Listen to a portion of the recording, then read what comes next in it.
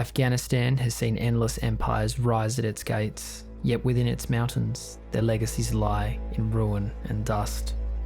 January 1842, 16,000 men, women and children fled Kabul under a promise of safe passage. But in the frozen high passes of Afghanistan, the road to safety became the tomb of a shattered army. This is the dark story of the Army of the Indus. Destroyed almost to the last man, it remains one of the worst disasters in British imperial history. As always, viewer discretion is advised. Two empires watched Afghanistan. To the south, British India, governed by the East India Company, its own army securing revenue and order across the subcontinent.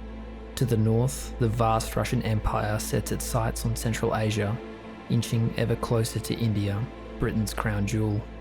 In 1838, the ruler of Afghanistan, Dost Muhammad Khan, opened talks with the British to help secure his territory against separatists. When those talks collapsed, he turned to the Russians. But by courting both powers and entertaining a Russian envoy, he persuaded the British he was a liability, not a buffer. Sensing that they were losing control of the region, Britain answered with a plan.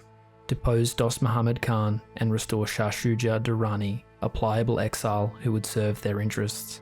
In 1838, a formidable army of over 20,000 British and Indian troops was raised and dubbed the Army of the Indus. An overwhelming force that would sweep through Afghanistan and bend it to Britain's will. The army was led by Sir John Keane, a steady and respected veteran of the Napoleonic Wars.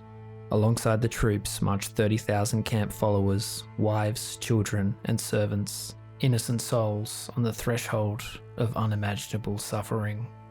As the depths of winter set in, the army marched into Afghanistan. The road climbed steeply through the Bolan Pass. Water ran short and draft animals collapsed from exhaustion. As they pushed deeper into the mountains, they passed beneath unseen eyes. Winding their way through jagged canyons, tribesmen fired from the heights and raided the column. Men who strayed from the ranks rarely returned. Conversations grew quieter, eyes lingered longer on the dark ridgelines. Despite the hardship, the army marched on with grim determination. By April 1839, after 4 agonizing months, the thick mud brick walls of Kandahar rose up to meet the tired army. Inside, the local rulers weighed their chances and withdrew their forces, abandoning the city.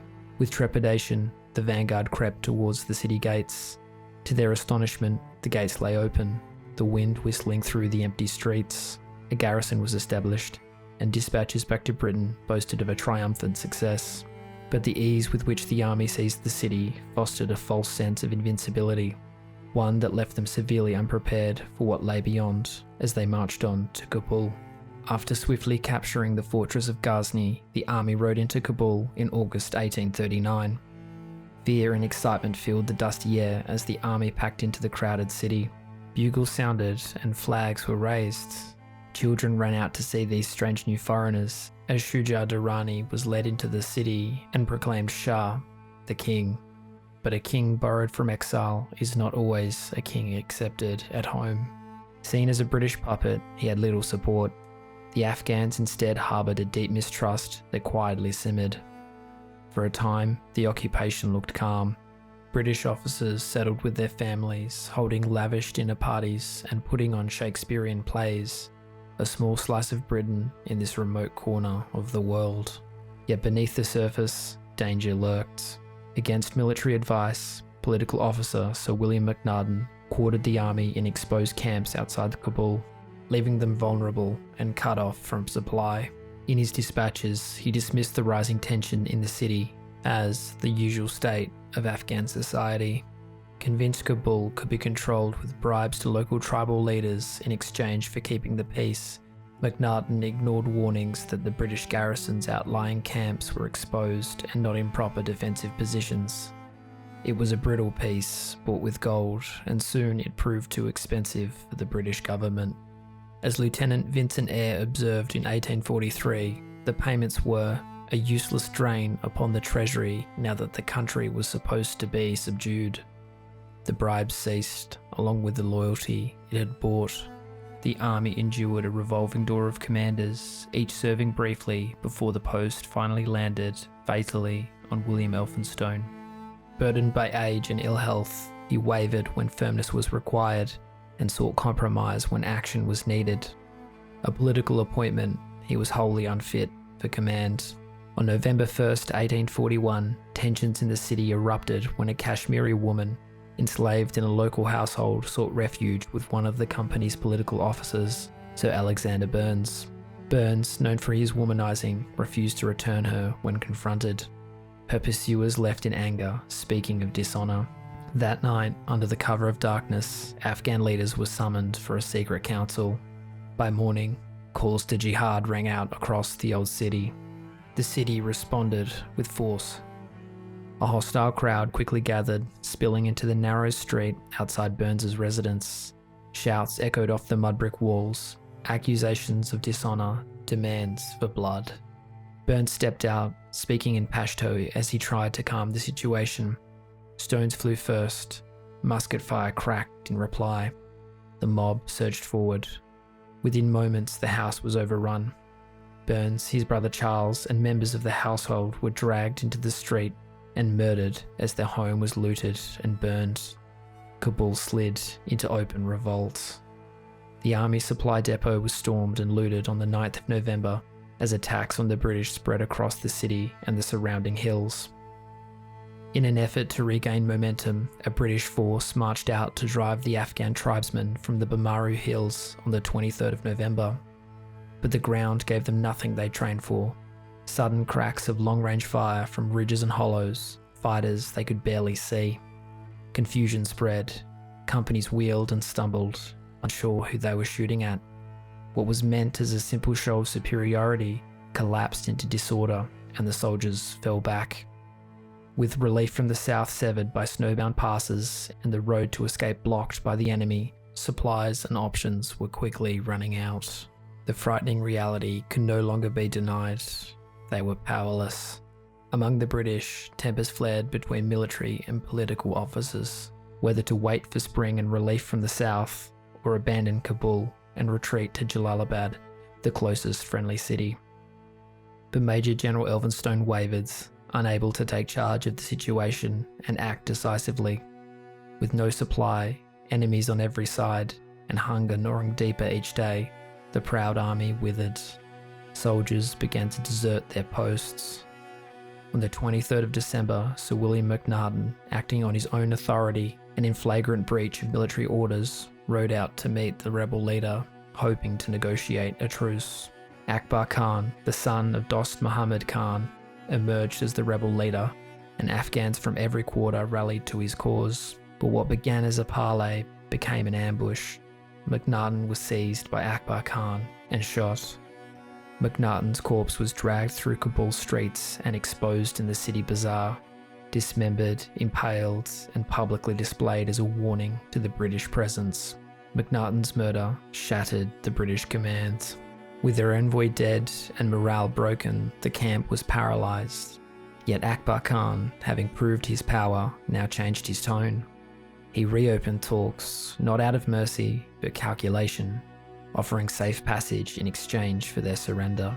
Akbar Khan demanded the army abandon Kabul and march 90 miles to Jalalabad, leaving behind most of their weapons and ammunition. Elphinstone accepted, condemning his army by disarming it, naively believing the army could make the journey east through the depths of winter unarmed. On the 6th of January 1842, the remains of the army trudged out of the snow-covered city and began their climb into the mountains. Approximately 4,500 troops and 12,000 camp followers, among them women and children, who carried what they could. The promise of safe passage was broken in mere hours. Fire rained down from the heights of the Khord Kabul Pass, the rear guard faltered, baggage animals bolted, and what little food remained spilled into the snow. Word soon came from Akbar Khan with new terms: hand over hostages, women, children, and selected officers, and the attacks would cease and the road would be made clear. General Elphinstone relented, but even this concession wouldn't stop the killing. On the 8th of January, the road narrowed to a choke point, only a few yards wide. Cliffs above crawled with marksmen, the valley floor below a jam of broken carts, fallen camels, and families stumbling through snowdrifts. Muskets misfired in the damp, powder ran low, and every attempt to form a square collapsed as flanking fire raked the column. Officers shouted themselves hoarse, trying to form ranks that no longer existed.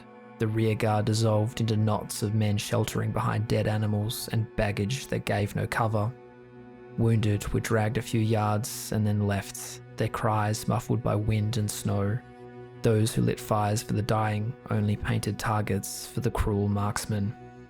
The march became a slow slaughter, every yard paid for with another life, the army surviving only as scattered fragments moving from one killing ground to the next. That day, over 3,000 men, women and children were shot or froze to death in the called Kabul Pass. By dawn, the pass had become a trench of bodies and abandoned gear, a road not marked by milestones, but by corpses. Desperate to escape the snipers on the ridges, the survivors tried to march by night, their only hope to move unseen through the gorges. But the dark offered no mercy. Torches gave away their positions, and the snow reflected every flicker of movement. Afghan fire followed them even in the blackness. On the 6th day of the retreat, barely a third of the way to Jalalabad, General Elphinstone surrendered himself in a final desperate attempt to save the remnants of the army. But they were spent. Only scattered parties trudged forward, every direction equally hopeless. At dawn, on the 13th of January, a group of 70 survivors, the remnants of the shattered 44th East Essex Regiment, found themselves halted on a rise near the hamlet of Gandamak. Surrounded on all sides, there was no way forward and no way back. There was only one choice: to meet death together in a final stand. We can only imagine the terror that those men felt in those final moments. A defensive ring formed in the snow, redcoats and sepoys shoulder to shoulder, their ragged breath filling the air in pale clouds. Frostbite had blackened their fingers, their cartridges were almost gone, and most muskets were damp and unusable. Rifles cracked from the surrounding slopes and cruelly found their targets. Afghan voices called from the heights, demanding surrender. One British sergeant was said to have shouted back, "Not bloody likely." As the enemy closed in, the British fired 2 ragged volleys. Then they grimly fixed bayonets. What followed was brutal and bloody hand-to-hand combat as one by one the British fell to the terrible onslaught. The snow was stained red with blood. A handful of men were dragged away into captivity. Most lay where they fell, redcoats dark against the snow. That afternoon, a sentry on the Jalalabad wall caught movement on the road, a lone rider swaying in the saddle. Dr. William Brydon slowly came into view. He was near unrecognisable, face crusted with blood, breath showing in quick bursts, his pony stumbling with each step. The guards ran to meet him. The animal's flanks were raw, the doctor's hands blew on the reins. "Where is the army?" someone called out. Brydon looked up and whispered hoarsely through cracked lips, "I am the army." Over the following days, a few sepoys staggered in, hollowed-eyed, clothes in rags, more ghosts than men. In April 1842, the British puppet Shah Shuja Durrani was assassinated in Kabul. The army's purpose died with him. In India, a relief force was raised, soon dubbed the Army of Retribution. In September 1842, it fought its way back to Kabul and freed over 100 British captives, mostly women and children. As punishment for the humiliation faced at the hands of the Afghan people, the army burned the Great Bazaar, the heart of the city. But nothing could bring back the army of the Indus, where over 16,000 souls lost their lives in the frozen mountains of Afghanistan. It was to be one of the greatest disasters in British imperial history. This was the dark story of the destruction of the army of the Indus. I just want to say thanks for watching, guys. If you enjoyed this video, please consider checking out my other videos linked here. I'll see you next time.